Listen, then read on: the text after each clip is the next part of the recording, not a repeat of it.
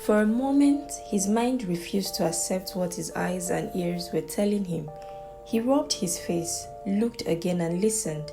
The presenter continued as though nothing about the situation was strange.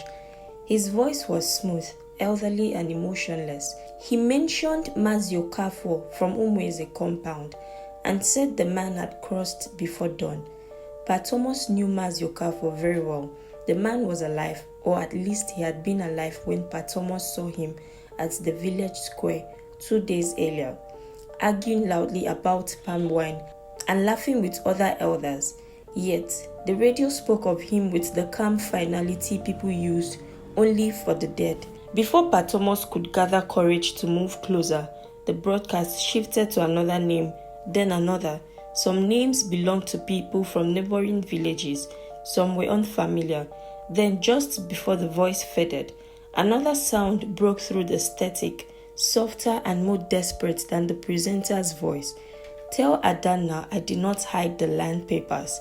Her brothers took them. The radio cracked sharply and went silent. But Thomas sat awake until morning. When daylight finally entered the room, he went outside with trembling hands and picked up the radio. It looked ordinary, dead and useless. The battery compartment was still empty. He turned the knob several times, shook it gently, and even pressed his ear against the speaker. Nothing happened. He almost laughed at himself. Maybe it had been a dream. Maybe grief had entered his sleep and dressed itself as sound. Maybe he heard villagers passing and his tired mind had twisted their words. Before noon, the news came. Mazi Okafor had died in his sleep. The woman who told him was returning from the market with a basket on her head. She stopped by his gate, adjusted the edge of her wrapper and said, Pa Thomas, have you heard? Mazi Okafor did not wake up this morning, no. Pa Thomas gripped the arm of his chair so tightly his fingers hurt. The woman continued talking, saying how strange life was, how the man had been drinking palm wine just the previous evening, how death never gave notice before arriving. But Thomas nodded slowly, but inside him, something cold had begun to spread. Death had given notice. It announced itself through a broken radio outside his window. For the next 2 nights, But Thomas refused to bring the radio into his room. He left it outside beneath the window and tried not to think about it. But once the clock neared 1 in the morning, sleep abandoned him. He found himself staring at the window waiting for a sound he prayed would not come. Nothing happened on the first night. Nothing happened on the second. On the third night, just as the village settled into its deepest silence, the radio cracked back to life. Again, the presenter greeted him by name. This time, the radio spoke of a young man from the next village who would die before sunset if he entered a motorcycle. But Thomas listened with sweat gathering on his forehead. The presenter mentioned the young man's name, his father's compound, and even the road where it will happen. When the broadcast ended, but Thomas remained seated in the darkness, battling with himself. If he went to warn the family, they would ask how he knew. If he said nothing and the young man died, his conscience would not leave him in peace. By morning, he decided to keep quiet. He told himself one coincidence did not mean something was true. Mazio Okafor's death could have been a terrible accident of timing. Old men died in their sleep every day. He was not ready to carry madness into another family's compound. But by evening, when news reached Umuagu that the young man had died in a motorcycle accident on the same road the radio had mentioned, but Thomas sat down slowly beneath the mango tree and covered his face with both hands. The radio was not guessing. The next broadcast exposed a death that had happened. A woman named Mama Nkechi had died 2 weeks earlier, and everyone believed it was illness. She had been buried quietly, mourned properly, and almost forgotten by those who were not close to her. But that night, between 1 and 3 in the morning, the radio announced that Mama Nkechi had not died from sickness. The presenter said she had been poisoned slowly, and then he named the nephew who had done it because of land documents hidden in her kitchen. But Thomas did not sleep after that. By morning, he went to Mama Nkechi's younger brother. He did not tell him everything at first. He only begged him to search the kitchen carefully and check behind the old container where firewood was kept. The man looked at him strangely. "Pa Thomas, why are you saying this?" Pa Thomas swallowed and said, "Just check. If you find nothing, call me a foolish old man and I will accept it." The search began quietly, but it did not stay quiet for long. By afternoon, the family found the hidden poison and the land papers exactly where the radio had said they would be. That was the day Umuagu village changed towards Pa Thomas. At first, people came to thank him. Mama Nkechi's relative knelt in his compound, crying and calling him a man chosen by God. Some said Norma had gone to the spirit world and returned to help her husband expose evil. Others said Pa Thomas had always been special, but hidden it. For a few days, his compound became a place of whispers and pleading. People came with names of missing brothers, dead husbands, sick wives, and enemies they suspected. They begged him to ask the radio what happened. Pa Thomas told the truth. "I do not ask it anything. It only speaks when it wants to speak." Many did not believe him. They thought he was protecting his secret. Soon, the gratitude turned into fear. The nephew who had been exposed was taken away by the police, but before they dragged him out of the village, he turned towards Pa Thomas and shouted, "You will not live long with that mouth." Some people pulled him away, but the truth settled in Pa Thomas' heart like a stone. More broadcasts came. The radio revealed where a missing boy had been buried after a fight was covered up by his friends. It warned about an old woman whose death was being planned by a relative who wanted her farm. It exposed the man who had pushed his brother into a well years ago and allowed the family to believe it was an accident. Each revelation brought justice to one family and terror to another. Those who had been wronged began to see Pa Thomas as a blessing. Those who had secrets began to see him as a curse. By the time the village chief called Pa Thomas, he already knew trouble had grown beyond his control. The chief was seated with 3 elders when he arrived. Nobody offered Pa Thomas kola nut. That alone told him the meeting was not friendly. The chief cleared his throat and said, "Thomas, we are hearing many things. Some people say you are helping the village. Some people say you are the one sending death and then pretending to relieve it." But Thomas stared at him in disbelief. "I have never harmed anybody." One elder leaned forward and asked, "Then how do you know what even the police do not know?" But Thomas told him about the radio. He told them it only worked between 1 and 3 in the morning. He told them it had no batteries. He told them it came alive on its own and died every morning. The men looked at one another. By evening, the story had spread that grief had finally swallowed Pa Thomas' mind. When Chidi, Adeze, and their sister Nena heard what was happening, they returned to the village immediately.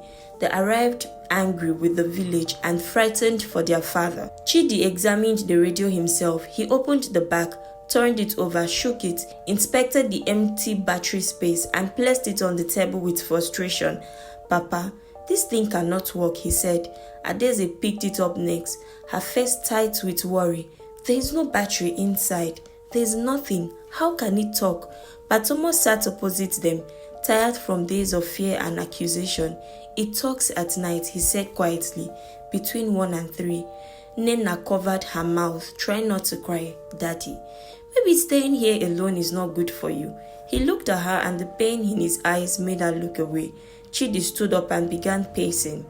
"This is exactly why we wanted you to come with us. People are already calling you a wizard. One day, someone will attack you, and what will we say? That we left our father here because he refused to follow us?" Adeze knelt beside Pa Thomas and held his hand. "Please, come with us. We are not saying you lied. We are saying this village is no longer safe for you." Pa Thomas said nothing for a long time. He wanted to tell them that the radio was real. He wanted them to sit with him until 1 in the morning and hear it himself. But a part of him was afraid that if anyone else waited with him, the radio would remain silent and his children would become even more convinced that grief had turned him into something pitiable. That night, his children slept in the sitting room, but Thomas lay awake in his bedroom, staring at the window. At 1 o'clock, the radio cracked. His entire body stiffened. The presenter did not start with village news. "Pa Thomas," the voice said, He rose slowly from the bed. Another voice followed, thin, distant, and painfully familiar. Thomas. His knees almost failed him. Norma, he whispered. His wife's voice came through the static, soft but urgent. Stop listening. Tears ran down his face before he could stop them. Norma, is it really you? Stop listening, she repeated. Not everyone wants the truth. The sound broke, returned briefly, then died. But Thomas remained by the window until morning, unable to move, unable to explain why the warning frightened him more than all the death announcements. By sunrise, Chidi had already made up his mind. We are leaving tomorrow, he announced. Whether you agree or not, I'm not leaving you here. But Thomas did not argue. He only looked at the radio. The next night, the broadcast returned for the final time. The presenter spoke as calmly as ever, mentioning 2 deaths from neighboring communities, before pausing long enough for Pat Thomas to hear his own breathing. Then he said his name, Pat Thomas. Nothing else followed. No place, no cause, no warning. The radio went silent. For the first time, Pat Thomas wished it had said more. He wished it had told him whether he would die in his bed or on the road to the city or inside one of his children's houses. When Chidi came early the next morning with a traveling bag, Pat Thomas refused to enter the car. I'm not going, he said. Chidi stared at him. Papa, what do you mean? Pat Thomas looked at 3 of his children, all of them standing in the compound with fear written clearly on their faces. If death has called my name, running to the city will not silence it. Adeze began to cry. So we should leave you here to die? He touched her cheek gently. My daughter, I've been running from loneliness since your mother died. I'm tired, but I will not run from death because a broken radio mentioned my name.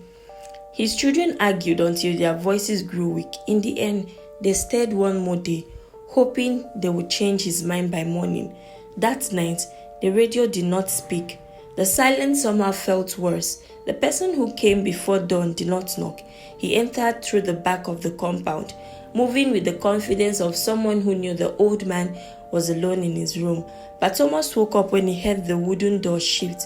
He sat up, thinking perhaps Chidi had come in to check up on him. But the figure standing near the door was not his son. Even in the dimness, he recognized the face. It was Mama Nkechi's nephew, the same man whose secret the radio had exposed, the same man who had swore Pat Thomas would not live long. For a moment, neither of them spoke. Then the young man stepped closer, breathing hard. You should have kept quiet, he said. But Thomas did not shout, he did not beg. Something in him had already understood. The radio had not refused to tell him how he would die, because the answer was hidden. By the time Chidi rushed in, alerted by the sounds of struggle, it was too late. The killer escaped through the back before anyone could catch him. But Thomas was found on the floor beside the bed, one hand stretched towards the window, as if he had tried to reach the radio one last time. His burial was not like Norma's. At Pat Thomas' burial, people cried because they were afraid of what they had failed to understand. The same villagers who had called him mad stood quietly with lowered heads. Some whispered prayers, some avoided looking at his children. Others remembered how many buried secrets had been exposed because of him and wondered whether the radio had been a curse or a gift. After the burial, Chidi entered the house to pack his father's remaining belongings. Adeze could not bring herself to go inside. Nena stood outside beneath the mango tree staring at the 2 old chairs that had once belonged to their parents. Inside the bedroom, Chidi found the old radio still beneath the window. He picked it up slowly, opened the back and stared at the empty battery space. Still no batteries, still no explanation. He almost threw it away, but something stopped him. Instead, he placed it inside the carton with his father's walking stick, old photographs and a folded wrapper that had belonged to their mother. As he lifted the carton, the radio cracked. Chidi froze. The house was silent. Then the calm voice returned. Good evening, Chidi. The carton fell from his hands. Outside, Adeze called his name, but Chidi could not answer. He stood in the middle of the empty room, staring at the broken radio on the floor as the voice continued. The night is deep, and those who are awake may now listen. Thank you for watching. If you made it this far and enjoyed the story, please make sure to subscribe to Jenny Has a Story. See you in the next video.